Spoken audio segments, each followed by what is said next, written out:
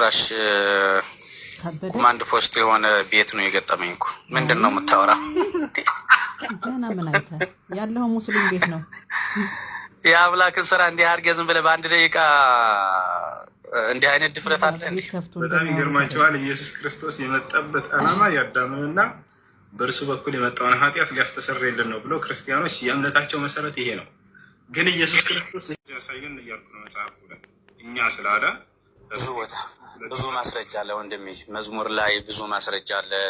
ሰማያት በእግዚአብሔር ቃል ጸኑ። መዝሙር ላይ ወይም የትኛው ቦታ ላይ ችግር የለውም። አሁን እኮ አንተ ይኸውልህ መጠየቅ ነው ያለብህ እንጂ ለምንድን ነው የምታስገድደኝ እንዴ? ነው ብሎ ያስተማረ መዝሙር እንደሱ አይደለም። ይኸው አስተምሯቸው እንዴት ነው ብለህ ነው መጠየቅ ያለብህ እንጂ ታስገድደኛለህ እንዴ? ሙስሊም ቁርአን ላይ ስራ የሚሰሩ እኮ እፎይ ቁርአን የሚሰሩት እኮ ሙስሊማት አስረዱን ብለው ነው የሚጠይቋችሁ እንጂ እንዲህ እያስገድዱ አይደለም። ስም ጠራ ቢሉት ሰው ጠራሉ። ምንድን ነው የምትጠራው ስም? አዳምጠኝ። ይኸውልህ ኦሪት ላይ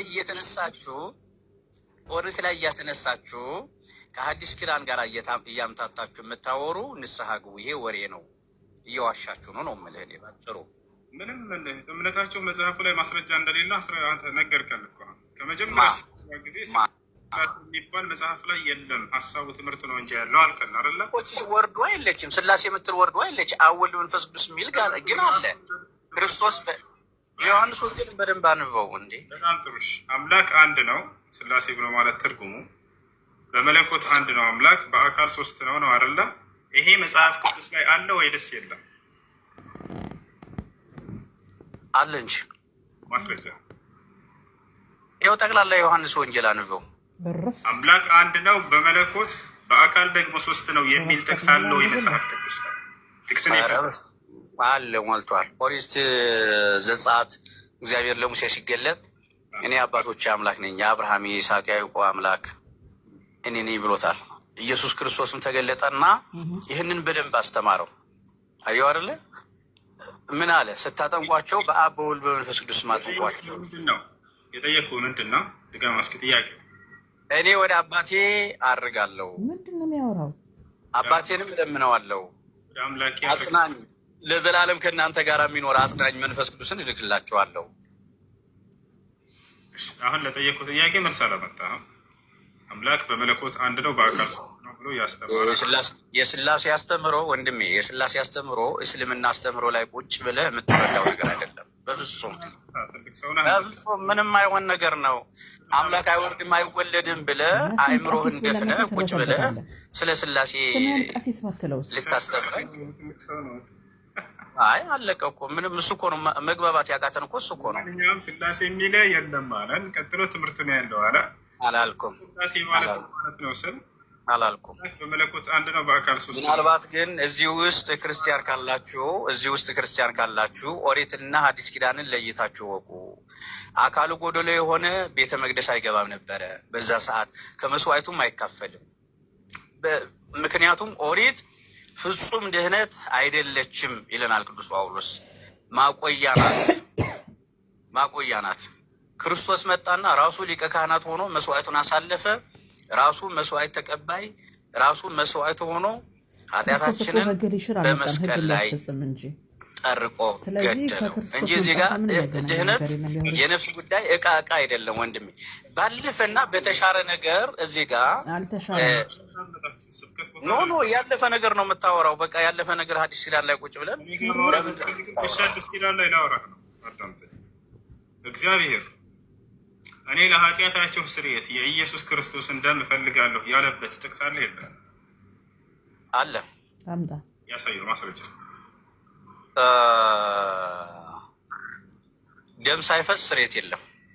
እግዚአብሔር እኔ ለኃጢአታቸው ስርየት የኢየሱስ ክርስቶስን ደም እፈልጋለሁ ያለበት ቦታ አለ ወይንስ የለም? በሙሉ ይሄ የመጽሐፍ ቅዱስ ሀሳብ ነው ወንድሜ። የቱ ጋር ነው ያለው? አንድ ጥቅስ ይስጡ አልኩህ እኮ። አዳም ሲረገም የረገመው እግዚአብሔር ነበረ። የእግዚአብሔርን መርገም ሊያስወግድ የሚችል ፍጡር የለም፣ በነቢይም አይደለም በመልአክም አይደለም ይላል ኢሳይያስ። በገዛ የራሴ ክንድ መድኃኒትን አመጣሁላቸው ይላል ቅዱስ ጳውሎስን ደግሞ ዕብራውያን ምዕራፍ 9 ላይ ደም ሳይፈስ ስርየት የለም ይላል። ገባ አይደለም? ቅዱስ ጳውሎስ የራሱን ንግግር እግዚአብሔር እኔ ለኃጢአታችሁ ስርየት የኢየሱስ ክርስቶስን ደም እፈልጋለሁ ብሎ እየተናገረበት አንድ ቦታ አለ? የለም ወንድሜ፣ የለም የምትለውን ሀሳብ እያመጣ መጠየቅ የለብህም። መጽሐፍ ቅዱስ አንብብ። እኔ እየነገርኩህ ነው። አሳየዋ። ሚስጥር ነው ወይ? አሳየው፣ ንገረዋ። እሺ እንደዚያ ቢል የለም። ሁለተኛ ምንድን ነው ያለው? አሁን ኢየሱስ ክርስቶስ የመጣበት ዓላማ ምንድን ነው? እስኪ ንገሩን። እስኪ ቀሲስ እኔ እናንተን ለማዳን ሰውን ለማዳን በምን በአርአያውና በአምሳሉ የተፈጠረ ሰው በዲያብሎስ ቁጥጥር ስር ስለሆነ ሰውን የሚያድን ሌላ ስለሌለ አምላክ ሰው ሆነ። እሺ አምላክ ሰው ሆነ። ሰው ከበደ አይደል? ከበደ አይደል? ይችላል። አምላክ ሰው መሆን ይችላል። አይጥ መሆን ይችላል። ሰው መሆን ከቻለ ኢየሱስ ክርስቶስ የመጣው እኛን ለማዳን ነው እያሉ ነው። እንግዲህ ኃጢአት አለብን አይደል? የአዳም ልጆች ነበረብን፣ አሁን የለብንም። በማን በኩል ነበር የነበረብን ኃጢአታችን? በአባታችን አዳም ነው፣ በአዳምና በሔዋን። በአዳምና በሔዋን ምክንያት የመጣውን ኃጢአት ሊያስተሰርይ ነው የመጣው ኢየሱስ ክርስቶስ አይደለም? ያ ማለት ኃጢአት ልክ እንደ ደም እየተቀዳ ይመጣል ማለት ሳይሆን አዳም በሰራው በደል ከገነት እንድንባረር ሆንን ነው። ቅጣት ደረሰብን። እሺ ኢየሱስ ክርስቶስ ስለዚህ ስለ አዳም ኃጢአትና ስለሰራው ኃጢአት ጉዳይ ምናምን ተናግሯል መጽሐፍ ቅዱስ ላይ? እንኳን የእሱን ኃጢአት ሊያስተሰርይ ተውትና አዳምንና የሰራውን ኃጢአት አንስቷል ወይ መጽሐፍ ቅዱስ ላይ? ጭራሽ ኮማንድ ፖስት የሆነ ቤት ነው የገጠመኝ እኮ። ምንድን ነው የምታወራ? ገና ምን አይተህ ያለው ሙስሊም ቤት ነው። የአምላክን ስራ እንዲህ አድርገህ ዝም ብለህ በአንድ ደቂቃ እንዲህ አይነት ድፍረት አለ እንዴ? በጣም ይገርማቸዋል። ኢየሱስ ክርስቶስ የመጣበት ዓላማ የአዳምንና በእርሱ በኩል የመጣውን ኃጢአት ሊያስተሰርይልን ነው ብሎ ክርስቲያኖች የእምነታቸው መሰረት ይሄ ነው። ግን ኢየሱስ ክርስቶስ ይህን ጉዳይ አለማወቁ አይደንቅም? አዳም ብሎ ስሙን አላነሳም። አዲስ ኪዳን ላይ የአዳምን ኃጢአትንም አንዲትም ትንፍሽ አላነሳትም። ዝም ብሎ ሄዷል። ይሄ ሰውዬ አሳሳቢ ሆነ። ይሄ የእምነት ይሄ ሳያስተምር ይሄዳል ብላችሁ መጽሐፍ ቅዱስ ወንድሜ ክርስቶስ የትኛውን ቦታ ላይ አዳም ብሎ ስሙን አላነሳም። ይቅርና ስለ ኃጢአቱ ሊያነሳ ማለት ዳግማዊ አዳም ነው። ቅዱስ ጳውሎስ ነግሮን የለ እንደ ወንድሜ? ቅዱስ ጳውሎስን እኛ አንቀበልም። እኛ ሙስሊሞች ክርስቶስ ዝም ብሎ በመጨረሻው ሰዓት ሙስሊም የሚባል ህብረተሰብ ይመጣል፣ ጥያቄ ያነሳል እና ለእሱ ጥያቄ እያለ ዝም ብሎ ዛሬ አንተ የምታነሳውን ጥያቄ እንደሱ አይደለም። መጽሐፍት ነገሩን፣ ቅዱስ ጳውሎስ ነገረን። ዳግማዊ አዳም ሆኖ መጣ አምላካችን። ጳውሎስ ከራሱ ነው የሚያወራው። ላይ አንድ ልጅ እስኪ ገብቷል፣ ከእርሱ መማር ይፈልጋል፣ ይወያዩት። እሱ ደግሞ አብዱልከሪምንም አይችሉትም ወይ? ሰላም አለይኩም። የሚረብሽ ድምፅ አለ? ከድምፅ ራቅ በል፣ አክብራቸው። ቀሲስ ናቸው፣ ብዙ ነገር ያስተምሩናል ገና። አብዱልከሪም እስኪ ሚውተን አንሳና አውራቸው። ቀሲስ ይሰማውታል? ይሰማኛል ወንድሜ፣ ይሰማኛል። እኔ እያልኳችሁ ያላችሁ ዝም ብላችሁ መጽሐፍ ቅዱስን ስላገኛችሁ ይሄ ነው እንዴ ብላችሁ አትደናገሩ፣ አታደናግሩ።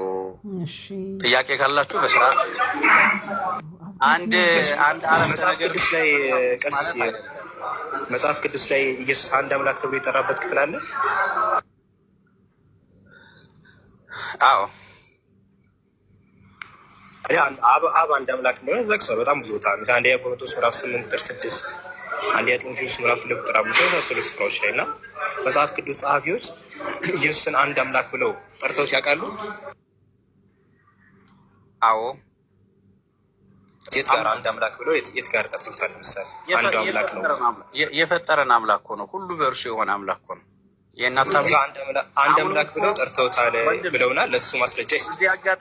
በዚህ አጋጣሚ አምላክ ነው ፈጣሪ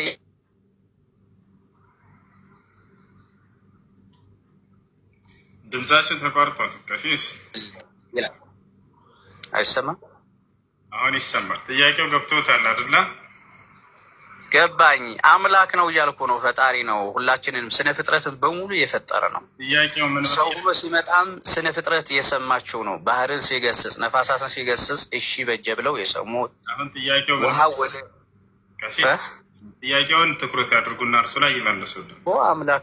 ስለ አምላክነት አይደል የጠየቀኝ? አይደለም። አንድ አምላክ ተብሎ ኢየሱስ ክርስቶስ ተገልጿል ወይ? አብ ለምሳሌ አንድ አምላክ ይባላል። አንደኛ ቆሮንቶስ ምዕራፍ 8 ቁጥር 6 ላይ ለእኛስ ሁሉ ነገር ከእርሱ የሆነ አንድ አምላክ አብ አለን እያለ አንድ አምላክ ጨርሰው እሱን ጥቅስ ጨርሰው ጨርሱታ። እሱን ንባብ ጨርሰው እዛው አለ እኮ የክርስቶስ አምላክነት እዛው አለ። አዳም ተዋጡ ብረን እያወራው ነው። አንድ አምላክ ተብሎ አብ እንደተገለጸ ሁሉ ኢየሱስ ክርስቶስ አንድ አምላክ ተብሎ ተገልጿል ወይ ነው ጥያቄ። አሁን ወደ መልሱ ይሄድ። እዛው አንድ አምላክ የሚለው ላይ አንድ አምላክ የሚለው አረፍተ ነገር ላይ የሶስቱም አካልነት አለ። አንድ አምላክ ስንል ወልድም አለ መንፈስ ቅዱስም አለ የለም ይበሉና ቀሲስ የለም ብለው ከዛ ግን ወደዛ መሄድ ይችላሉ። መጀመሪያ ግን እኛ ግን አለ ወይ ነው። አሁን አንድ አምላክ ተብሎ አሁን አንድ አምላክ አባልን ብሎ አንድ አምላክ እኮ አንዱ አምላክ አብ ነው ብሎ ነው መጽሐፍ ቅዱስ ጸሐፊያን ያስቀመጡት። አይ አንድ አምላክ ተብሎ ደግሞ አንድ አምላክ ተብሎ አብ እንዳለ ያምናሉ አይደል ቀሲስ? አንድ አምላክ ተብሎ አብ ተጠርቷል። በዚህ እንስማማለን አይደል ቀሲስ? አዎ ልክ ልክ ቆይ አንድ አምላክ መጽሐፍ ቅዱስ ቢጽፈው ነው እርሱ የሚያምኑትን ሳይሆን መጽሐፍ ቅዱስ የሚለው አንድ አምላክ አብ እንዳለ ያስቀምጣል። መጽሐፍ ቅዱስ አንድ አምላክ ብሎ በግልጽ ማለት ነው በጣም ብዙ ቦታዎች ላይ። በተመሳሳይ መልኩ አንድ አምላክ ወልድ ተብሎ ወልድ አንድ አምላክ ተብሎ ተጠርቶ ያውቃል ወይ? መጽሐፍ ቅዱስ ጸሐፊያን ወልድን አንድ አምላክ ብለው ጠርተውታል ወይ? አዎ ካሉን ያሳዩን፣ ከሌለ ደግሞ የለም ይሉንና ወደ ቀጣዩ ደግሞ እናልፋለን። ሮሜ ምዕራፍ 5 ቁጥር 9 እስካውጣልኝ መጽሐፍ ቅዱስ ሩቅ ቦታ ስለሆነብኝ ነው። ስራ ቦታ ሆኜ ሮሜ እዛ ክፍል ላይ የለም አንድ አምላክ የሚል የለውም ቀሲስ። አንድ የሚለውን የጨምረህ ነው በራስህ? አንድ አምላክ እኔ አይደለም የጨመርኩት። ለምሳሌ ጳውሎስ ነው የጨመረው። አንድ አምላክ አባለን ነገር ሁሉ ከእርሱ የሆነ እኛም ለእርሱ የሆነን አንድ አምላክ አባለን ብሎ አንድ አምላክ ብሎ የሚያስቀምጠው አብን ብቻ ነው። ኢየሱስ አንድ አምላክ ተብሎ ያውቃል ወይ ነው? አያውቅም ይበሉና ወደ ቀጣይ ይሄዱ። ችግር የለውም ቀሲስ። መጽሐፍ ቅዱስ ጠርቶት አያውቅም ማለት ይቻላል። ቆይ መጽሐፍ ቅዱስን ከሰው ልዋስ ነው። ቆይ ሲዋስ ችግር የለውም እንጠብቆታለን ቀሲስ። ምስኪን የት ቤት ነው የገባው ታላሉ? እሱ እንደዚህ አይደረግም። ወርድ ባይ ወርድ ፋላሲ አትስራ። ይሄ እኮ ወርድ ባይ ወርድ አይደለም እኮ ቀሲስ። ምክንያቱም የመጽሐፍ ቅዱስ ጸሐፊያን ስላስቀምጡት ነው። ሊትራሊ እየለዩ ያስቀምጣሉ። ከአንዱ እያሉ ያስቀምጣሉ። ቁጥር 4 ላይ ባይዘው ካዩት እኮ ከአንዱ በቀር ሌላ ማንም አምላክ እንዳሌለ እናውቃለን። ከአርባል ቁጥር 6 ለእኛስ ነገር ሁሉ ከእርሱ የሆነ እኛም ለእርሱ የሆነ አንድ አምላክ አባልን ብሎ ያስቀምጣል። ሌላ እንደዛ እያለ ብዙ ቦታዎች ያስቀምጣል። አንድ አምላክ ውጭ ማንም አንዱ አምላክ አብ ነው ብሎ ነው የሚያስቀምጠው ቀሲስ። አንድ አምላክ ብሎ አብ ብሎ ነው የሚያስቀምጠው ቀሲስ። አንድ አምላክ ብሎ አብን ነው የሚያስቀምጠው። አንድ አምላክ ብሎ ወልድን ያስቀምጣል ወይ ነው እኛ ደግሞ ጥያቄያችን። አዎ አንድ አምላክ የሚለው ውስጥ አብ ወልድ መንፈስ ቅዱስ አለ እያልኩ ነው። አንድ አምላክ ብሎ አብን ይጠራል። አንድ አምላክ ተብሎ ወልድ ተጠርቶ ያውቃል ወይ ነው? የለም ይበሉን ወይ ከሌለ ቀሲስ። እየነገርኩ እኮ ነው። አንድ አምላክ አንድ ባይልም አምላክ ካለ አምላክ ስንል የለም ማለት ነው አይደል ቀሲስ? የሶስቱ እኮ የለም ማለት ነው። አምላክ የሶስት መገለጫ ነው። አምላክ አይ ቆይ ቀሲስ ጥያቄውንም እንትን አይበሉት አይቀያይሩት። ለምሳሌ መጽሐፍ ቅዱስ ላይ አንደኛ ጢሞቴዎስ ምዕራፍ 2 ቁጥር 5 ላይ አንደኛ ቆሮንቶስ ምዕራፍ 8 እኔ አጣሚ አይደለም አንደኛ ቆሮንቶስ ምዕራፍ 8 ቁጥር 6 ለምሳሌ ለእኛስ ነገር ሁሉ ከእርሱ የሆነ እኛም ለእርሱ የሆነን አንድ አምላክ አብ አለን ብሎ ያስቀምጣል። አንድ አምላክ የሁሉ አባት አለ ብሎ ያስቀምጣል። ኤፌሶን ላይ ማለት ነው። ስለዚህ አንድ አምላክ እያለ መጽሐፍ ቅዱስ የሚያስቀምጠው አብን ብቻ ነው። እርሱ አንድ አምላክ ብሎ ወልድን አስቀምጦ ያውቃል መጽሐፍ ቅዱስ ላይ አንድ አምላክ ብሎ። አሁን ጥያቄው ቀሲስ አሁን ከሌለ የለም ይበሉን። መጀመሪያ አንድ አምላክ ብሎ ወልድ ተጠርቶ ያውቃል ወይ? አዎ ያውቃል ወይም አያውቅም ይበሉን። ጨረስክ? አሁን እሺ ከጨረስክ ምን ካልጨረስክ እንጠብቅ። ጥያቄ እኮ ነው የጠየቅኩት ቀሲስ። ጥያቄውን መልሱን ነው የምንፈልገው አሁን። እሺ አብ ይኸውልህ አምላክ ስንል የለም ማለት ነው። በቃ ወልድን መንፈስ ቅዱስን እንላለን። ወልድም ይተካ አብ ወልድም የአምላክነት ማንነት የአምላክነት ባህሪ አላቸው። ቀሲስ የለም እንዳሉኝ ነው አድርጌ የምወስደው። ምክንያቱም የጠየቅኩት ጥያቄ አንድ አምላክ ተብሎ በመጽሐፍ ቅዱስ ላይ ወልድ ተጠርቶ ያውቃል ወይ? አዎ ያውቃል ካሉን ይቀጥሉ። አዎ ያውቃል ካሉ ያው መጽሐፍ ቅዱስን ይዘው መጥተው ምዕራፍና ቁጥሩን ይዘው አንድ አምላክ ተብሎ ይጠራበታል። አልፋና ኦሜጋ እያለን እኮ ነው ብራሂም ምዕራፍ ምን ላይ እሱ ሌላ ነው። አንድ አምላክ የተባለውን አልተባለም ይበሉና ታዲያ ከሌለ ወደ ቀጣይ እኮ ነው ራእይ 1:8 ላይ ነው አሁን የጠቀሱት። ሌላም ቦታ ሮሜ 9:5 የመሳሰሉ አሉ። አንድ አምላክ ተብሎ የተጠቀሰበት ከሌለ በቃ የለም ይበሉና እኛ እኮ ወደ እርሱ ወደሚሉት ደግሞ ጥቅሶች እንሄዳለን። ግን የለም የሚለውን እንዲናገሩ እንፈልጋለን። ከሌለ የለም ይበሉ። አይደለም ያልገባህ ነገር እኮ አንተ አውቀህ እኮ እየሰማኸኝ እኮ እንዳልሰማህ እየሆንኩ እኮ ያለው ይበሉ እያልክ በግድት አስገድድ። እሺ ለመጨረሻ ጊዜ ልጠይቆት ቀሲስ፣ ለመጨረሻ ጊዜ ልጠይቆት ቀሲስ፣ በመጽሐፍ ቅዱስ ላይ መጽሐፍ ቅዱስ ጸሐፊያን አንድ አምላክ ብለው ሁልጊዜም አብን ነው የሚጠሩት። አንደኛ ቆሮንቶስ ምዕራፍ 8:6 ላይ አንድ አምላክ አብ አለን። ኤፌሶን 4:6 ላይ እንዲሁ አንድ አምላክ የሁሉ አባት አለ። አንደኛ ጢሞቴዎስ 2:5 የመሳሰሉ ስፍራዎች ላይ አንድ አምላክ ብለው በቁጥር ቆጥረው አብን ነው የሚያስቀምጡት። አንድ አምላክ ብለው ወልድን ጠርተውት ያውቃሉ ወይ? አንድ አምላክ ብለው ኢየሱስ ብለው ጠርተው ያውቃሉ ወይ? አዎ ከሆነ ክፍሉን ያሳዩ አንድ አምላክ ብለው እንደጠሩ፣ ከሌለ ደግሞ የለም ይበሉ። እሺ ምዕራፍና ቁጥር ይንገሩ። ምዕራፍ አንድ አምላክ ያሉበት የት? ለምሳሌ እግዚአብሔር ለምሳሌ ላይ ያውቃል እግዚአብሔር ነው ይላል። አንድ አምላክ ብለው ጠርተዋል ወይ ነው ጥያቄ። እሱ ሌላ ጉዳይ ነው። አንድ አምላክ ተብሎ ተጠርቶ ያውቃል ወይ? ኢየሱስ አያውቅም እኮ ብሎ ይገላገሉ። ቀሲስዬ ለምን ይቸገራሉ? እንደዚህ የሚባል ነገር የለም ወንድሜ። አምላክ ስንል ሶስትንም እየተናገርን ነው። የለም ማለት ነው በቃ። ሁሱ ሌላ ጥያቄ አለ። እኔ የለም በቃ የለም በሚለው ይዘናል። የለም ቀጥሉስ ብቻ እያለ በቃ ይሄ እዚህ ጋር ይቃጭ። መጽሐፍ ቅዱስ ላይ በግልጽ ቃል አብ አንድ አምላክ። አንድ ነገር ግን ምነግራችሁ ይኸውልህ፣ አንድ ነገር ምነግራችሁ ቁርአንን በመጽሐፍ ቅዱስ እንረዳለን ብትሉ ብንውል ብናድር አንግባባም። የትኛውን ቁርአን? የለም የቁርአን አስተሳሰብ መጽሐፍ ቅዱስ ላይ አትጫንብን ነው የምልህ። መጽሐፍ ቅዱስን በመጽሐፍ ቅዱስ ቁርአንን በቁርአን ነው። ቁርአን ላይ ጥያቄ ካለ ጠይቅኝ። ያው ፊት ነው ጠይቅ። እሱማ እየጠየቁ ማን ይመልስላቸው?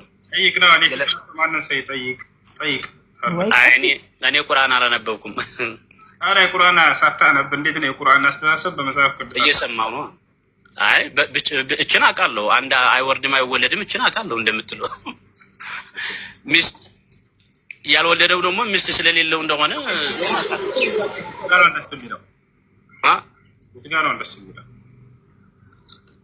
ሚስት የሌለው ሲሆን እንዴት ይወልዳል?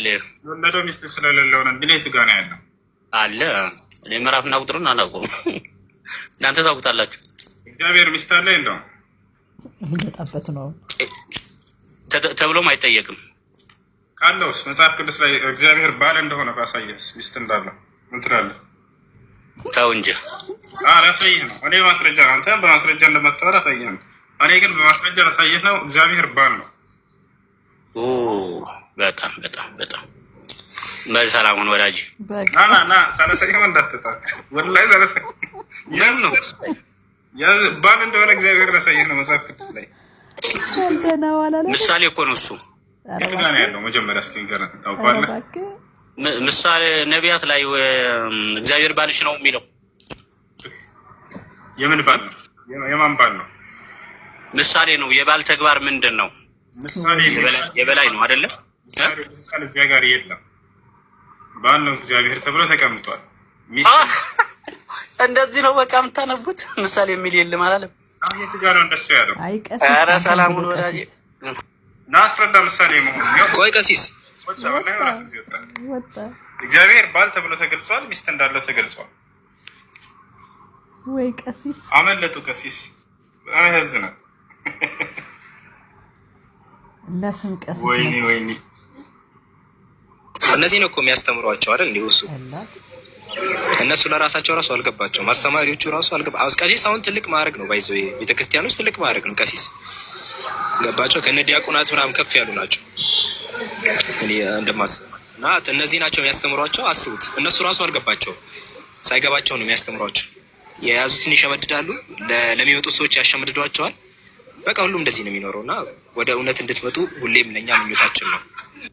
ብፁዕ ወቅዱስ አቡነ ቀሲስ ወጡ እስከ መጨረሻ። ምን ቤት ነው የገባሁት አሉ እኮ በስተመጨረሻማ ደንግጠው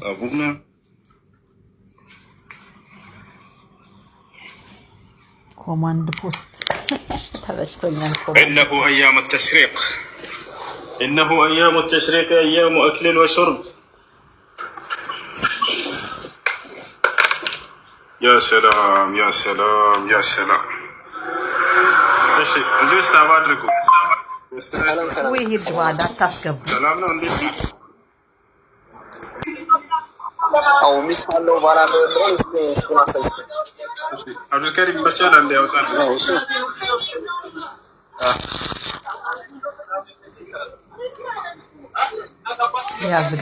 ያዝገመጣ ወላሂ እኔ ወን ቦልኬው ነበር ምን ጋር ነው ተጫውተው ቫንዳም የት አድርገው ቫንዳም ያው እነዚህ ጋር አንብብ ፈጣሪሽ ባልሽ ነው ስሙም የሰራዊት ጌታ እግዚአብሔር ነው ክርስቲያኑ ልጅ ማንኛው ነው አውጣልኛል በቁጥር አንድ ጀምራ አንብብ እስቲ አብበው እዚህ ጋር ምን ይላል ከቁጥር አንድ ጀምራ አንብብ መጀመሪያ ጥያቄ ጠይቅና ማስረጃ አምጡ ሲባል ለዚያ ለተነገረው ጥቅስ ማስረጃ ይመጣል አይደል እሱን አንብብና ችግር የለውም ወደ ላይ ትሄዳለህ አንብበው ጥቅሱ ምን ይላል አንብበው ከቻልክ አታነብም ኖ ያነባለው ግን እንተ ቁጥር አንድና ሳይ መጀመሪያ ወደ ላይ ይሄድልሃል ችግር የለውም ምን ይላል አንብበው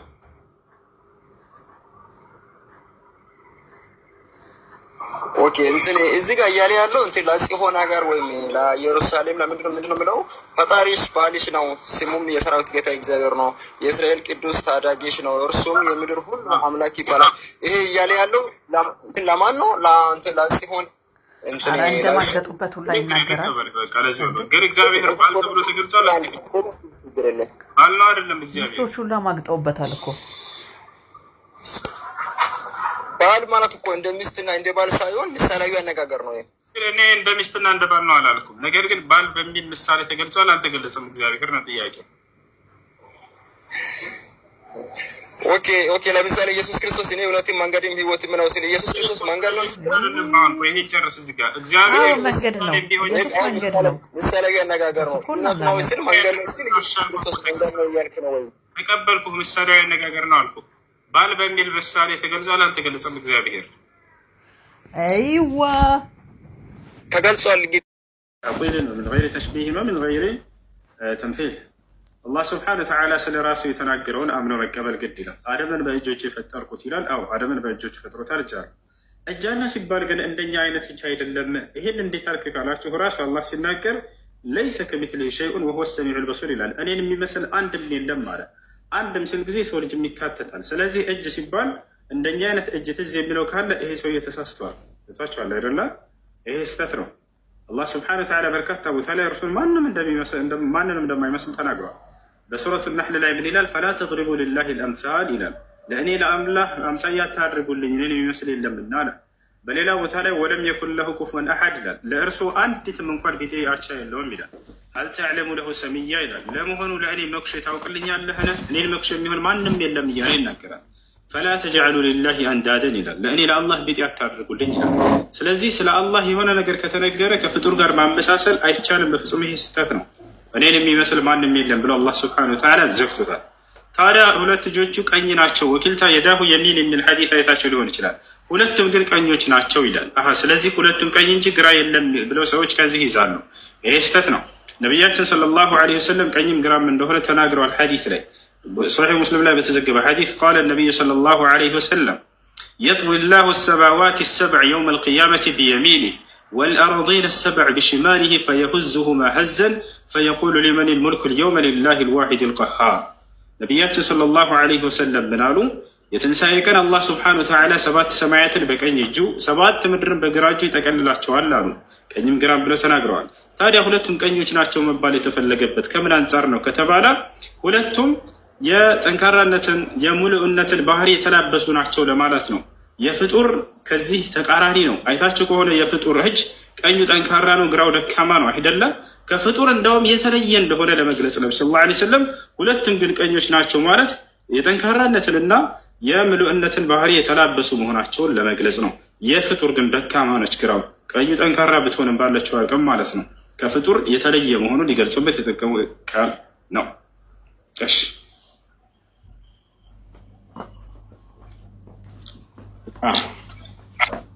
ሰላም አለይኩም።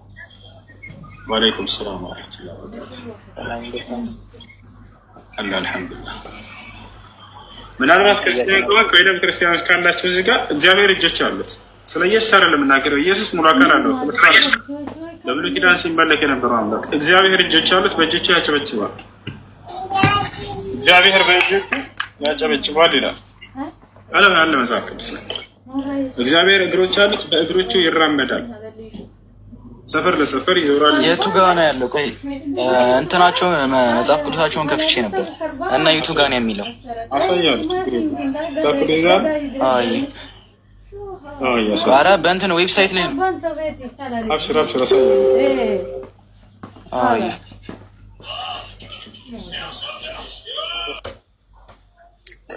አሰላሙ አለይኩም። ወአለይኩም ሰላም ወረሕመቱላሂ ወበረካቱህ። አንድ ጥያቄ ነበረኝ። እሺ አንድ ጊዜ እሺ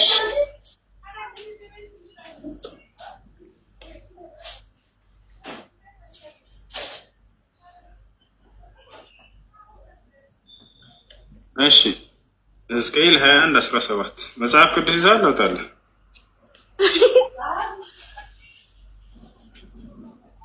ሕዝቅኤል 21:17 አውጣለህ።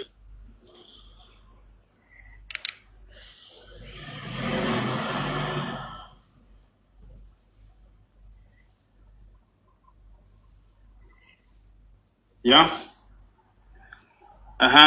እኔ ደግሞ በእጄ አጨበጭባለሁ፣ መዓቴንም እጨርሳለሁ። እኔ እግዚአብሔር ተናግሬያለሁ። አሜን ነው። ያ እግዚአብሔር እጆች አሉት፣ በእጆቹ ያጨበጭባል። እኔ ደግሞ በእጄ አጨበጭባለሁ። ምንድን ነው የሚለው ከላይ? ትንቢት ሕዝቅኤል 21:17 21 ምዕራፉ ነው ምንድን ነው? ሕዝቅኤል 21:17 ምዕራፍ 21 ቁጥር 17 እግዚአብሔር እጆች አሉት፣ በእጆቹ ያጨበጭባል። ከንፈሮች አሉት፣ በከንፈሩ ያፏጫል። ይህም ማየት የሚፈልግ ሰው ካለ አሳያለሁ። እሺ ዓይን አለው፣ ቅንድብ አለው፣ እግሮች አሉት፣ ሙሉ የሰውነት አካሎች አሉት።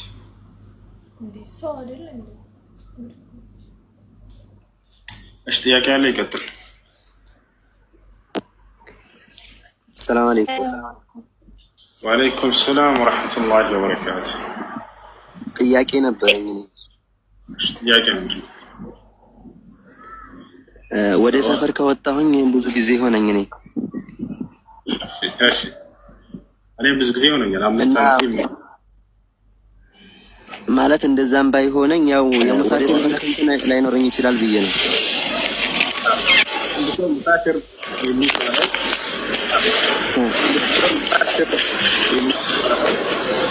እና ንያዬም ከዛም በላይ ስለሆነ አሁን ሶላት ሌላ ሀገር ሂጄ ባሳልፍ እና በሙሳፊርነት ይቆጠርልኛል። እንደ ያንን ላቀስ ይታያል።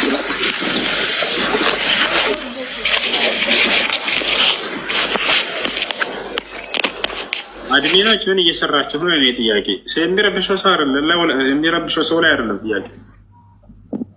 አድሚን ያደረግባቸው ይላቸው አንድ ሰው ስታስገቡ ጊዜ የሚረብሽ ቦታ ላይ ከሆነ ሚት ልታደርጉት። እሺ አንድ ሰው ሙሳፊር የሚባለው ለምን ያክል ጊዜ ነው በሚለው ጉዳይ በሙስሊሞች መካከል ሁለት ሀሳብ አለ። ሻብዱ አንደኛው ምንድነው? ሰውየው እመለሳለሁ የሚል ንያ እስካለው ድረስ የቆየውን ያክል ቆይታ ቢቆይም ሙሳፊር የሚል ሁክም አለ ይላሉ። በዚያን ጊዜ ፈጥሩና ጀማዕ ሶላትን ይፈቀድለታል ይላሉ። ኢብኑ ዑሰይሚን ይሄን አቋማቸው ሰውየው 10 ዓመት ቢቆይ እመለሳለሁ የሚል ንያ እስካለው ድረስ የሰውዬ እንደ ሙሳፊር ነው ይላሉ። ሌላው ደግሞ ሼክ ሷሊህ አልፈውዛን ሌሎች ያሉበት አቋም ምንድነው? አንድ ሰው ሙሳፊር ከተባለ ለ3 ቀን ከነሌሊቱ ያክል ነው የሚለው ነው። ትክክለኛው ይሄኛው ነው። ምክንያቱም ነቢያችን ሰለላሁ ዐለይሂ ወሰለም ስለ ሙሳፊር ሲናገሩ አነሰ ከተባለ 1 ቀን ከነሌሊቱ ይላሉ፣ በዛ ከተባለ 3 ቀን ከነሌሊቱ ይላሉ። በዚህ ነው የሚያዘው። እና ከሀገሬ ወጥቼ ሌላ ቦታ ሄጃለሁ። ከሌላ ቦታ ደግሞ ወደ ሌላ ቦታ ሲሄድ ሶላት አለፈኝ። እንዴት ላድርገው? ያንን ሶላት ነበር ጥያቄ። ያለፈን ሶላት ቀዳ ማውጣት ማሳለፍ የለብህም ነበር። በአስቸጋሪ ቦታ ላይ ሆኜ ነበር እንደዛ ያለፈኝ። ቢሆንም ይኸውላችሁ የግዴታ መስጂድ መሄድ አይጠበቅባችሁም። ሶላት ለመስገድ ባያላችሁበት ስፍራ መስገድ ትችላላችሁ። ነቢያችን ሰለላሁ ዐለይሂ ወሰለም ሐዲስ ላይ ምን አሉ? ጁዒለት ሊየ አልአርዱ መስጂደን ወጠሁራ ፈአይነማ አድረከትከ ሶላት ፈሶሊ አሉ። ምድር አጠቃላይ ለእኔና ለትውልዶቼ ጠሃራ መስጂድ ተደርጋልናለች። የትኛውም ስፍራ ላይ ሆናችሁ የሶላት ሰዓት ከደረሰባችሁ በዚያ ስፍራ ስገዱ ብለዋል። መሬት ለምን ላይ ቢሆን ነቢያችን ሰለላሁ ዐለይሂ ወሰለም ቀድ ሰላ ዐላ ራሒለቲሂ ከማ ጃአ ፊል ሐዲስ ግመል ላይ ተቀምጠው እየተጓዙ እያሉ ሰግደዋል። ስለዚህ በዚህ ጊዜም ሰዎች በመኪና ላይ እየተጓጓዙ ሳሉ መስገድ ይችላሉ፣ ጊዜውና ወቅቱ ከደረሰባቸው። እና ቀባውን ሳወጣ ቀስራለሁ ወይስ አልቀስረውም? አሁን ከሙሳፊርነት የተመለሰህ ከሆነ ያ ሙሳፊርነት ያልኩ ከሆነ አትቀስርም። እሺ እዛው ሙሳፊርነት ላይ ነኝ። 3 ቀንና ከነ ሌሊቱ ሆኗል ወይንስ አልፏል? ከዚያ በላይ ያማ ቆይቻለሁኝ። ደግሞ ሌላ ቦታ ሄጃለሁ። ከዛ በርቅ ያለሁ በጣም ኦኬ። ከሙሳፊርነት ህክም አልፈህ ከሆነ ከ3 ቀን በላይ ሆኖ ከሆነ 4 ረካ ነው የምትሰግደው በቀባው መልክ።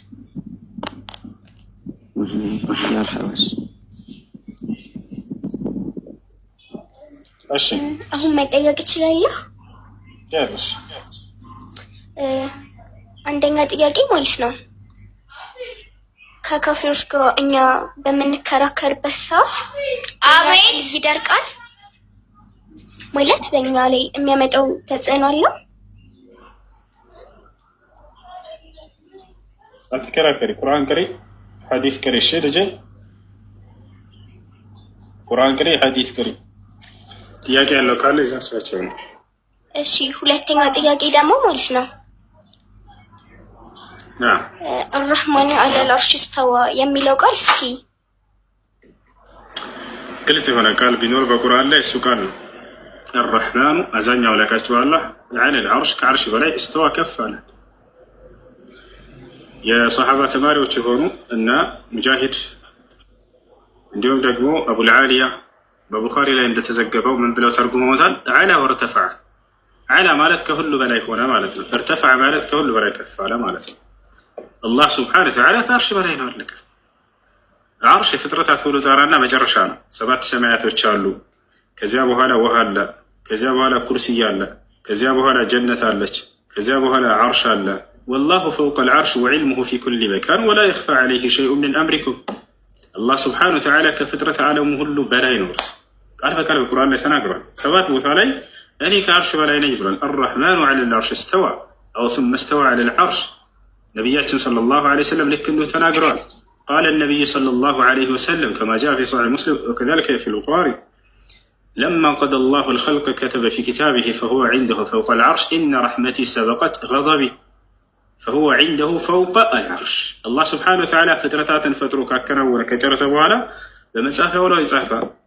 በዚያም ላይ እዝነቴ ቁጣዬን ቀድማለች የሚል ቃል ይገኛል። እርሱም ከእርሱ ዘንድ ይገኛል ከአላህ ዘንድ ከዐርሽ በላይ ብለው ገለጹት። ሶሪሕ የሆነ ግልጽ የሆነ ቃል አላህ ስብሓነሁ ወተዓላ ከፍጥረት ዓለም ሁሉ በላይ ከዐርሽ በላይ መሆኑ የተናገሩ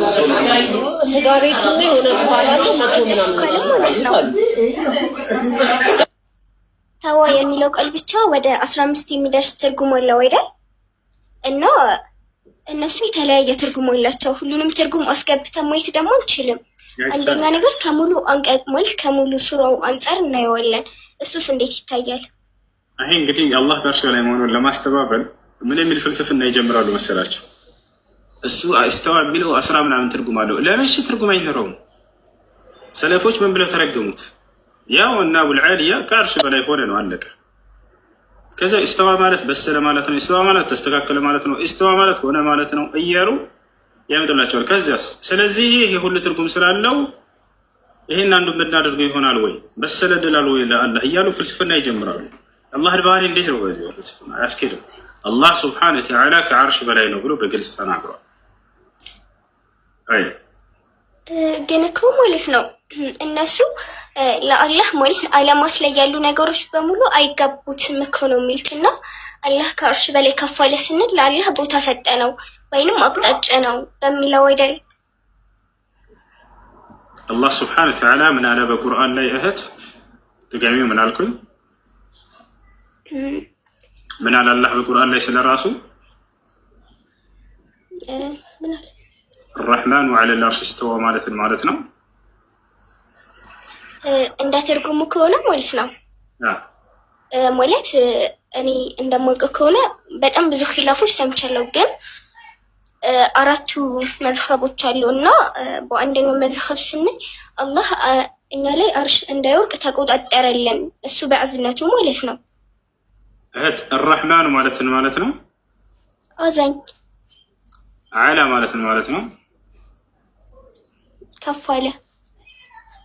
العرش ማለት ነው ወደ አርሽ በላይ ይሄ የአላህ ቃል ነው። ይሄ ያዙ።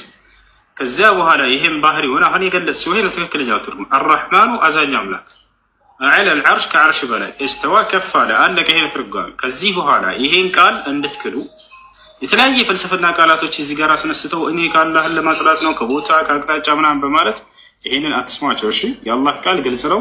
ግልጽ በሆነው ቃሉ ያዙ። አላህ ከአርሽ በላይ ከፍ አለ አለቀ በቃ። እሱ የተናገረው ይሄ ነው።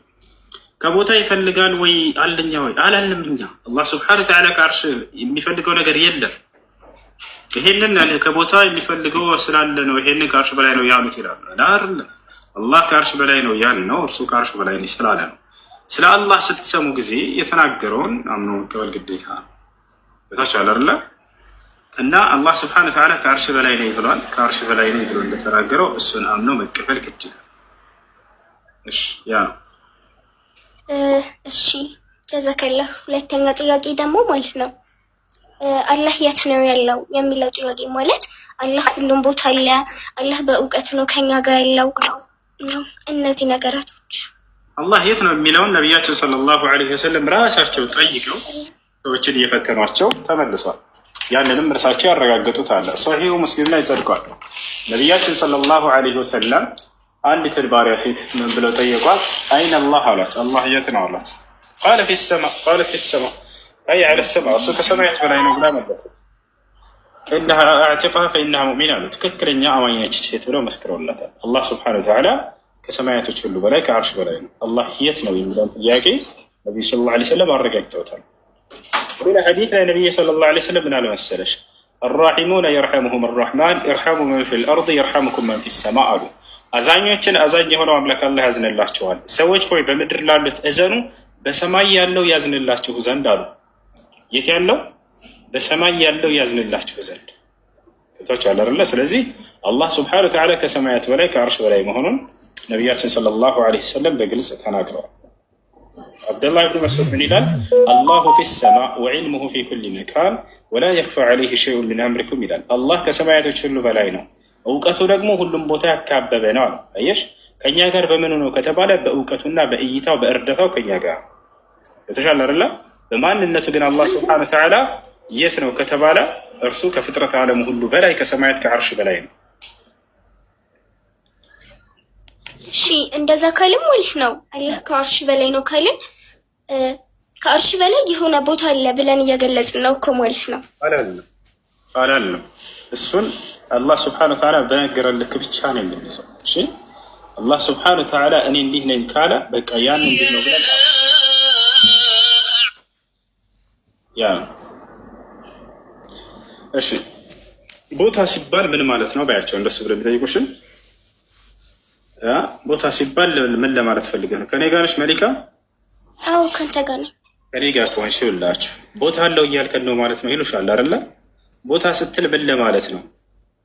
إذا كنت تريد بالمكان بحيث أن هذا المكان يحيط بالله عز وجل فهذا منفي عنه سبحانه وتعالى. أما إذا أنت تقصد بالمكان بأن الله سبحانه وتعالى مستو فوق مخلوقاته فهذا ثابت في الكتاب والسنة بيعتشب. ቦታ ስትል ምን ለማለት ነው? ቦታ ስትል ቦታዎች አላህ ሱብሓነሁ ወተዓላን አካበውት እርሱ የሆነ መካከል ላይ ያለ አካል ብለህ አስበህ ከሆነ ይሄ ስህተት ነው። አላህ ሱብሓነሁ ወተዓላ ከላይ ከታች ከቀኝ ከግራ ምናምን ቦታዎች ኑረው እርሱ መካከል ላይ ያለ አካል ብሎ ያሰበ ካለ هذا منفي عنه سبحانه وتعالى ይሄ ከአላህ ሱብሓነሁ ወተዓላ የራቀ ነው። እርሱን ቦታ አካቦታል ብለን የሚያምን ከሆነ ይሄ እንዲህ የሚያምን ካለ ስህተት ነው። ነገር ግን አላህ ስብሐነሁ ወተዓላ ከዓርሽ በላይ ከፍጥረት ዓለም ሁሉ በላይ የሚለውን ለማለት ፈልገህ ከሆነ ይህ በቁርአንም በሐዲስም የጸደቀ ነገር ነው። ተሻለርላ እዚህ ጋር ማለት ነው አንተን የሚከታተሉ ሰዎች አህባሾች መጡ ምናምን እያሉ ነው። እና አንድ ሰው እኮ እውቀት ፈልገው ሲመጣ ስሞኛ እንዴ እውቀት ፈልገው ሲመጣ አህባሽ ነች ፎሎወር የላትም እዚህ ጋር እኮ ማንም ሰው መጠየቅ ይችላል። ረሱል ሰለላሁ ዐለይሂ ወሰለም ለራሱ እኛን ሊያስተምሩን አይደል እንዴ የመጡት? ቆይ ለምንድን ነው እንደዚህ የሚሉት? ጋር አውሪታቸው እሺ። እና ደግሞ ሌላም ጥያቄ አለኝ ለአንተ። ቢድዓ የሚለው ነገር አይ እንደሱ ሳይሆን ማለት እኔ እኮ ትርጉሙን አውቀዋለሁ፣ ግን በአንተ እስኪ አስረዳኝ። የትኛውን ትርጉም? ማለት ኩሉ ቢድዓትን እንዳላለ ኩሉ ዶላሪያትን ፊናር ካለን ሁሉም ቢድዓ ጥመት ነው፣ ሁሉም ጥመት ደግሞ ወደ እሳት ይመራል የምንለው እንደዛ ከሆነ እስኪ አስረዳኝ። አስረዳሽ ግልጽ ነው። እሱን ነው የማምንበት። ሐዲስም እንደዛ ነው የሚለው። ሐዲስም ደስ ነው የሚለው። እንደተናገርሽው ነው፣ ትክክል ነሽ። ቢድዓዎች ሁሉ ጥመት ናቸው።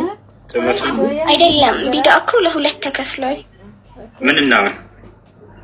ቢድዓቱል ሐሰና እና ቢድዓቱል ሰይዓ። እንደሱ የሚል አለ ቁርአንና ሐዲስ ላይ? ከቁርአንና ከሐዲስ እኮ ያልመጡ አሁን ላይ ለራሱ በጣም ብዙ ነገራቶች አሉ። ይሄኮ ቢድዓ ለሁለት ይከፈላል ብሎ ቁርአንና ሐዲስ ያስተምራል ያስተምራል? እሱን ልንገርህ። ረሱል ሰለላሁ ዐለይሂ ወሰለም ማለት ነው ከሆነ ጦርነት እየተመለሱ ምን አሉ መሰለህ? የሆነ ቦታ ነበር፣ ቦታው ወላሁ አዕለም እና እዛ ቦታ ካልሆነ እንዳሰግዱ አላቸው። ከዛም በኋላ ግማሹ ጀማዓ እዛ ቦታ ነው ስገዱ የተባለዋሉ። 10 ነበር። ግማሹ ጀማዓ ደግሞ ቶሎ ድረሱ ለማለት ነው ብለው ለሁለት ተከፍለው ሰገዱ። ከዛ ረሱል ሰለላሁ ዐለይሂ ወሰለም ሲነገራቸው ዝም ነው ያሉት እና ይሄንን ልክ በሁለት እንደመክፈል ያየ ነው። ማናቸው ያዩት? ልጅ ረሱል ሰለላሁ ዐለይሂ ወሰለም ቢድዓቱል ሐሰና እና ቢድዓ ሰይዓ ብለው እሱን ነገር አመጣልሃለሁ እኮ። እሱን እኮ እየጠበቅኩ ያለሁት እኮ። አዎ ግን እኮ እዚህ ጋር ማይተው ዝም ብለዋል። እነዛ ሰዎች እኮ ይሰሩት ነገር ነው። ሁለት ነገር ነው 10 ነገር ነው ሳይሆን ስለ ቢድዓ የተናገሩበት ሐዲስ አለ አይደል? በነቢያችን ሰለላሁ ዐለይሂ ወሰለም ልክ በዚያው መሰረት ይሄን ቢድዓ ለሁለት የከፈሉበት ሐዲስ አለ ወይንስ የለም? ቢድዓ ለሁለት ይከፈላል ብለው ቢድዓ ሰይዓ እና ቢድዓ ሐሰና ብለው የከፈሉበት አለ? ኢማሙ ሻፊዒ ከፍለውታል። ወደ እሱ እንሄዳለን። ነብዩ ሰለላሁ ዐለይሂ ወሰለም ጋር ግን የለም አይደል? ሰለላሁ ዐለይሂ ወሰለም ግን እኮ ነብዩ መሐመድ ሰለላሁ ዐለይሂ ወሰለም ተከተሏቸው ያሉንም ሰዎች አሉ። ማን? ለምሳሌ 4ቱ ኸሊፋዎች ተከተሏቸው ተብለናል። እሺ እነሱ አሉ። ከዛ ደግሞ 40 ላይ ትላልቅ ዑለማ ምን ነበር? ቢስሚላህ እረስቻለሁ። ብቻ እሱን አመጣልሃለሁ። ኢማሙ ማሊክ አሁን ከጠቀሻቸው ከአራቱ መካከል ኢማሙ ማሊክ ናቸው አይደል? አንደኛው? አዎ ናቸው። አይደሉም አይደሉም። ኸሊፋ ከሆነልኩ አራቱ የፊቅህ ባለቤቶች እነሱ አይደሉም? የፊቅህ ባለቤቶች የፊቅህ ባለቤቶች አዎ ናቸው። አዎ በጣም ጥሩ። ኢማሙ ማሊክ ምን እንዳሉ ልንገርሽ በዚህ ጉዳይ ላይ። እሺ قال الإمام مالك رحمه الله تعالى من ابتدع في الإسلام بدعة يراها حسنة فقد زعم أن محمدا خان الرسالة. قالوا الإمام مالك በእስልምና ላይ ቢድዓን ፈጥሮ ይህ ጥሩ ቢድዓ ነው ብሎ የሞገተ ሰው ነቢዩ ሙሐመድ አዲስ ኻነ ሪሳላ የአላህን መልእክት ክህደት ሰርተዋል በእርሱ ላይ ብለው እንደ ሞገተ ያክል ነው አሉ። ምን ትያለሽ? ቢድዓ ሐሰና የሚለውን ያወግዛል ቃል በቃል። ረሱል ሰለላሁ ዐለይሂ ወሰለም እኮ እንደዚህ ብለዋል። አንድ ሰው አንድ ነገር አምጥቶ ያ ነገር ኸይር ስለሆነ ሰዎች በዛ የሚከተሉት ከሆነ ለሱም እንዳለው ያ ነገር መጥፎ ነገርም ከሆነ ለሱም እንዳለው ብለዋል። እሱ ሳይሆን እሱ ስለ ቢድዓ ሐሰና የሚያገናኘ የለም። ቢድዓ ሐሰና የሚለውን ቃል አንስቶ ኢማሙ ማሊክ ይሄ ስህተት እንደሆነ ተናግሯል። ምን ትያለሽ? ኢማሙ ማሊክ እኮ እዚህ ጋር ያስቀመጠው የራሱን አስተሳሰብ ነው። ኦኬ፣ ስለዚህ ኢማሙ ማሊክ ተሳስተዋል? ላ እንዴት ይሳሳታሉ? እንዴት አይሳሳትም? ሰው አይደል እንዴ? እንዴ ሰው ናቸው፣ ግን ደግሞ እነሱ ከኛ በላይ ትልቅ አሊሞች ናቸው። ግን እዚህ ጋር እነሱ ያስቀመጡት እንደሱ ካልሽ እንግዳውንስ ቢድዓ ሐሰና የሚባለው ነገር ትልቅ በነቢዩ ሰለላሁ ዐለይሂ ወሰለም ላይ ቅጥፈት እንደሆነ ይናገራል ኢማሙ ማሊክ። ገብቶሻል? ነቢዩ ሰለላሁ ዐለይሂ ወሰለም ያላደረሱት መልእክት አለ ብሎ እንደ መሞገት ያክል ነው፣ እርሳቸውን እንደ መከራከር ያክል ነው ብሎ አስቀምጦታል። ቢድዓ ሐሰና የሚባልን ነገር ነቢያችን ሰለላሁ ዐለይሂ ወሰለም ሐዲስ ላይ ይሄን በግልጽ ተናግረዋል። ቢድዓዎች ሁሉ ጥመቶች ናቸው፣ ጥመቶች ሁሉ የእሳት ናቸው ብሎ ተናገሩ። ስለዚህ ነቢያችን ሰለላሁ ዐለይሂ ወሰለም በሌላ ቦታ ላይ ምን እንዳሉ ደግሞ ልጨምርልሽ። ቃለ ነቢይ ሰለላሁ ዐለይሂ ወሰለም ማ ሚን ኸይሪን ኢላ ወቀድ ሐደስቱኩም ዐንሁ ወማ ሚን ሸርን ኢላ ወቀድ ሐዘርቱኩም ዐንሁ አሉ። ምንም አይነት መልካም ነገር የለም ያንን የነገርኳችሁ ቢሆን እንጂ፣ ምንም አይነት መጥፎ ነገር የለም ያንን ያስጠነቀቅኳችሁ ቢሆን እንጂ ብለው ነቢ ሰለላሁ ዐለይሂ ወሰለም ተናገሩ። አየሽ፣ አሁን የቀረ ጥሩ ነገር አለ ብሎ የሚያስብ ሰው ካለ ነቢ ሰለላሁ ዐለይሂ ወሰለም ሁሉንም መልካም ነገር ተናግሬያለሁ ያሉት ስህተት ነበር እያለ ነው። ትላል ልክ እንዲሁ አላህ ስብሐነሁ ወተዓላ ምን አለ? አልየውመ አክመልቱ ለኩም ዲነኩም ወአትመምቱ ዐለይኩም ኒዕመቲ ወረዲቱ ለኩም ልእስላመ ዲና አለ። ዛሬ ሃይማኖቱን ሞላሁላችሁ ፈጸምኩኝ ያለቀ ብሎ ተናገረ። ያልሞላ ጥሩ ቢድዓዎች አሉ ብሎ ከአላህ ጋር እንደመሟገት ነው። ትላል ነቢያችን ሰለላሁ ዐለይሂ ወሰለም ማንኛውንም መልካም ነገር አዘውን ሄደው ጨርሰዋል። የቀረ መልካም ነገር አለ የሚል ሰው በእርሳቸው ላይ ትልቅ ውንጀላ እያቀረበ ነው። ሳያደርሱት የሄዱት መልካም ነገር አለ በቃኛን ጨምረው እያለ ነው ይሄ ሰው። ኢማሙ ማሊክም የተናገሩት ይሄንኑ ነው። በእስልምና ላይ አዲስ ነገርን ፈጥሮ ይሄ ጥሩ ቢድዓ ነው ያለ ሰው ነቢዩ ሙሐመድ በትክክል አላደረሱም መልእክቱን ብሎ እርሳቸውን እንደሞገተ ያክል ነው ብለው ተናግረዋል። እሺ ኢማሙ ሻፊዒስ? እሺ ኢማሙ ሻፊዒ ምን አሉ? እስኪ ንገሪኝ። ኪታቡን አውጥተሽ ማሳየት ትችላለሽ ወይንስ ያሉበትን ቦታ ተነግረኛለሽ? እናውጣ እናንብብ። አሁን ግን ኪታብ አልያዝኩም እኮ። ሁላቸውም በዚህ ላይ ያላቸው አቋም አንድ ነው መሊካ። ሁላቸውም እነዚህ አኢማዎች ይሄ አዲስ መጤ ቢድዓ የሚባልን ነገር በጣም ነው የተዋጉት፣ በጣም ነው የተዋጉት። ኢማሙ ማሊክ ከኢማሙ ሻፊዒ የተለየ መንገድ የለው። ኢማሙ አቡ ሐኒፋ የመጀመሪያው፣ ከዛ ኢማሙ ማሊክ፣ ከዛ ኢማሙ ሻፊዒ። ኢማሙ ሻፊዒ ከኢማሙ ማሊክ የተማሩ ናቸው። ገብቶሻል አይደለ? ስለዚህ እርሳቸው ከመምህራቸው የተለየ መንገድ አዲስ መንገድን አላመጡም በፍጹም። ይሄ ነው። እሺ ሁላቸውም ለአዲስ ቢድዓ ለሚለው ነገር የተዋጉ ናቸው። ቢድዓዎችን ሙሉ በሙሉ ያስጠነቀቁ አይማዎች ናቸው።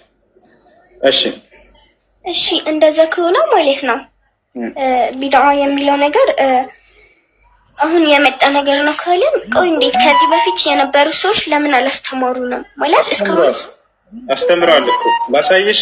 እያንዳንዳቸውን ማስረጃ እየጠቀስኩ እንዳነብልሽ ፈልገሽ ነው። ከዚህ በፊት የነበሩ አጠቃላይ ቀደምት መልካም ሰለፎች ሁሉ ሁላቸውም አስተምረዋል።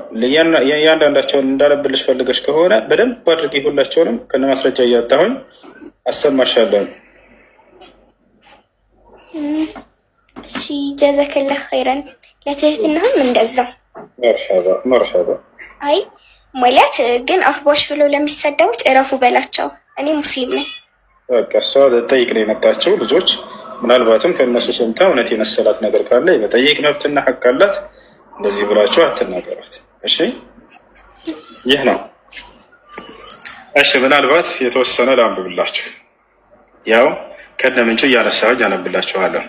عن معاذ بن جبل رضي الله عنه أنه قال يوما إن من ورائكم فتنا يكثر فيها المال ويفتح فيه القرآن حتى يأخذه المؤمن والمنافق والرجل والمرأة والصغير والكبير والعبد والحر فيوشك قائل أن يقول ما للناس لا يتبعوني وقد قرأت القرآن ما هم بمتبعي حتى ابتدع لهم غيره وإياكم وما ابتدع أدرته العدس يتفتران بلا تتنكك إلى تلك الصحابة معاذ بن جبل وإياكم وما ابتدع أدرته العدس يتفتر بدعوة تتنككوا فإنما ابتدع ضلالة عدس يتفتر بدعة كل تمتنا وأحذركم زيغة الحكيم فإن الشيطان قد يقول كلمة الضلالة على لسان الحكيم وقد يقول المنافق كلمة الحق. قال الراوي قلت لمعاذ وما يدريني يرحمك الله أن الحكيم قد يقول كلمة ضلالة وأن المنافق قد يقول كلمة حق. قال يعني بلى اجتنب من كلام الحكيم المشتهرات التي يقال فيها ما هذه إلى آخر ما قال الإمام رحمه الله تعالى. يتلك إمام يتلك صحابان بتناقروا أدراتهم بهيمانة لا يمفتروا أدس فترات تتنققوا بلو أستنقروا كيروت ناتشو. معنا عبد الله بن مسعود من على عن عبد الله بن مسعود رضي الله عنه أنه قال اتبعوا ولا تبتدعوا فقد كفيتم. يا عبد الله بن مسعود هنا الطبراني زجبوتال، الدارمي زجبوتال، البيهقي زجبوتال. الناس كل ميجرمش بيهقي شافعي ناتشو يزاري عند شي من عمرات بفيت ينبرتال لك سلف ناتشو እርሳቸው ይሄንን ዘግበዋል በኪታባቸው ላይ اتبعوا ولا تبتدعوا አሉ አደራ ተከተሉ እንጂ አዲስ ቢድዓን አትፍጠሩ በፍጹም فقد كفيتم ተበቅታችኋልና ያ የተሰራው በቂ ነው አዲስ መንገድን አትፍጠሩ እያሉ አስተነቀቁ عن عبد الله بن مسعود رضي الله عنه قال الاقتصاد في السنة أحسن من الاجتهاد في البدع بسنة مبقاقات ببدع عليك بتاكل يبلت أنا بلو تناكرة بسنة تبقاقونه أدس بدعنا تفترونه ملكته عن عبد الله بن عمر النزي كل صحابه ناسه سلا بدعاء استنككوا عبد الله بن عمر من على كل بدعة ضلالة وإن رآها الناس حسنة الله أكبر ይሄ ደግሞ እዚህ ጋር ምን አለ ቢድዓዎች ሁሉ ጥመት ናቸው ሰዎች ጥሩ ነች ብለው ቢያዩአትም እንኳን አለ ጥሩ ቢድዓ የሚባለውን ያው እግዚአብሔር ሰሃቦች ይሄን የት እናገኛለን ካላችሁ ያው رواه ابن بطة في الإبانة الكبرى والإبانة الصغرى والبيهقي في المدخل إلى السنن الكبرى واللالكائي في شرح أصول اعتقاد أهل السنة والجماعة صح الألباني كذلك وصح إسناده كذلك أحكام الجنائز وقال إنما يصح منه مرفوعا الشرط الأول يوم بدعة حسنة ميبالون صحابة كل يانسوا أو قزوار بدعوات كل تأمتنا الشوالى عبد الله بن عمر كذا قلت له من هذا سوش طروا بدعة نشبلوا بآيات من كان هذا عن أبي إدريس الخولاني قال لأن أرى في المسجد نارا لا أستطيع إطفاءها أحب إلي من أن أرى فيه بدعة لا أستطيع تغييرها تملكته يهتلك سلف لكم من هذا በመስጂድ ውስጥ ላጠፋው ማን ነው የማልችለውን ቢድዓ ከማል በመስጂድ ውስጥ ላጠፋው የማልችለውን እሳት ባይ ይሻለኛል ይላል። ይሄን ያክል ለቢድዓ ተጸያፊ አመለካከት ነበራቸው። አስባችሁታል ምን እንዳለ?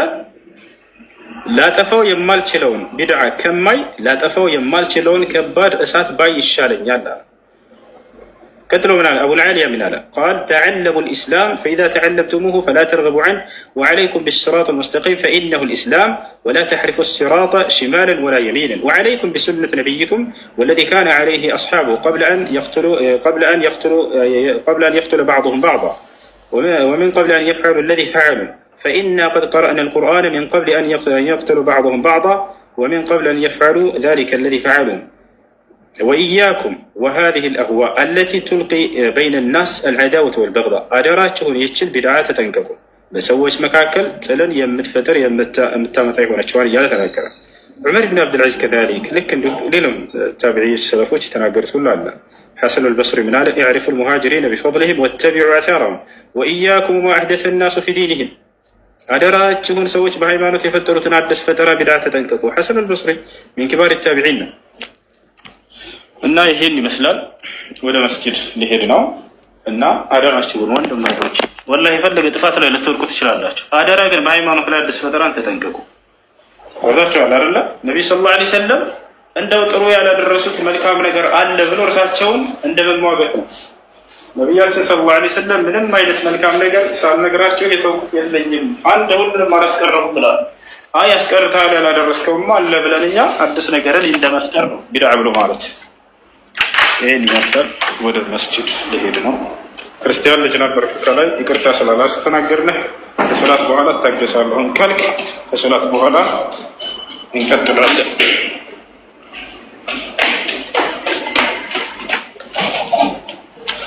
እሱ ማታ መጠየቅ እችላለሁ ላይክ ትገባለህ እገባለሁ ትችላለሽ እሺ ጀዛከላህ ኸይረን ወያኩ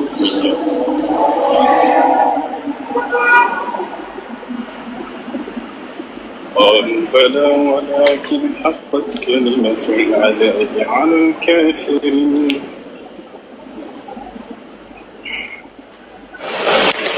وسو هلو هلو وسو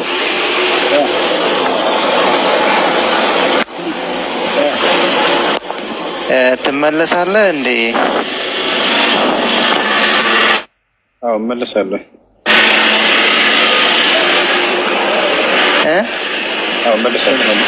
እሺ በቃ በጣም አመሰግናለሁ። እርጋታና ትዕግስት፣ ትህትና ደስ ይላል። ጥያቄ አለኝ። እሺ ጠይቃለሁ ስትመለስ።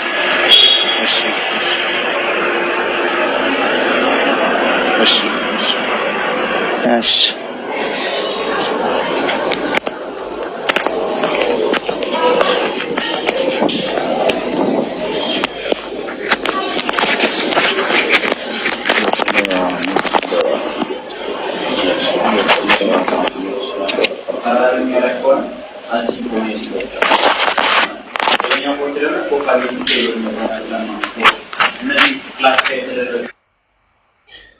ይህ አለባበስ ማን ነበር?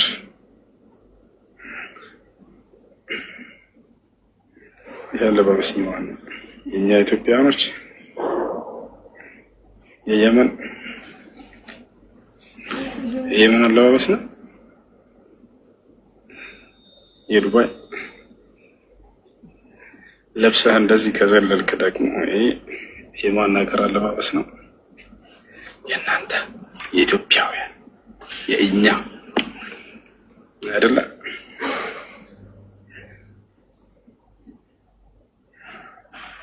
በትክክል አለበሳችሁ እንደዚህ። ኡስታዝ ሰላሙ አለይኩም ወረህመቱላሂ ወበረካቱ። ወአለይኩም ሰላም ወረህመቱላሂ ወበረካቱ። ሰላም ነህ? እንዴት ነህ? አልሐምዱሊላህ። ማሻአላህ ማሻአላህ። ልትሄድ ነው? የሆነ ነገር ልጠይቅ ነበረ። ከጨና በኋላ ጠይቃለሁ።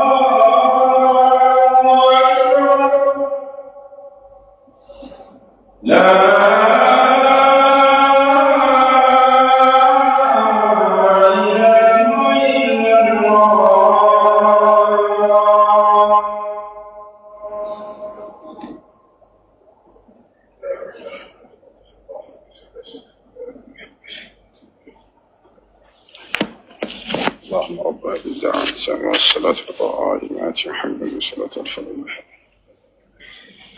وبعث مقام محمد الذي وعدت انك لا تخلف محمد صلى الله عليه وسلم.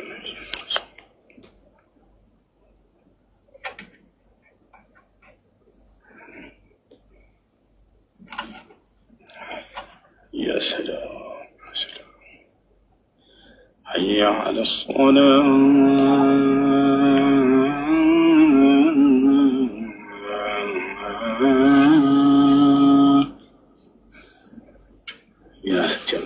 የአዛን ትርጉም ምንድን ነው?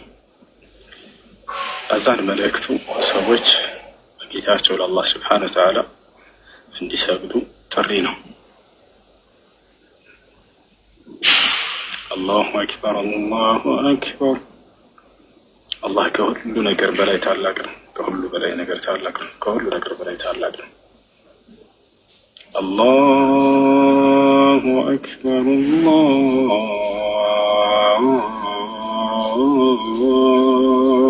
አክበር አሽሀዱ አን ላ ኢላሀ ኢለላህ ከአላህ በስተቀር በእውነት የሚመለክ ሌላ አምላክ የለም ብዬ መሰክራለሁ። አሽሀዱ አነ ሙሐመደን ረሱሉላህ ሙሐመድም የአላህ መልእክተኛ ናቸው ብዬ መሰክራለሁ። ሐየ ዐለ ሶላህ ኑ ወደ ሶላት፣ ሐየ ዐለል ፈላህ ወደ ድህነት ነው። ድህነትን የምታገኙበት አምልኮ እዚያ ለአንዱ አምላክ በብቸኝነት ማምለክና እርሱን በብቸኝነት መገዛት። ወደ ሶላት ና ተብሎ አልመጣም ያለ አይድንም። ወደ ሶላት ና ተብሎ የመጣና ለጌታው ለአምላኩ ለአላህ የተገዛ ይድናል። ለዚህ ነው ነቢ ሰለላሁ ዐለይሂ ወሰለም አሶላቱ ሚፍታሑል ጀና አሉ። ሶላት የገነት ቁልፍ ነች አሉ። አላሁ አክበር አላሁ አክበር መጨረሻ ላይ አላህ ከሁሉ ነገር በላይ ታላቅ ነው። ላኢላሃ ኢለላህ ከእርሱ በስተቀር በእውነት የሚመለክ ሌላ ማንም አምላክ የለም። ይህን የያዘን ትርጓሜ هذا هو تفسير الأذان የአዛን ትርጓሜ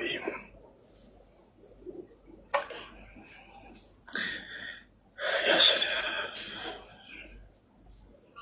አንድ መስገድ መጣ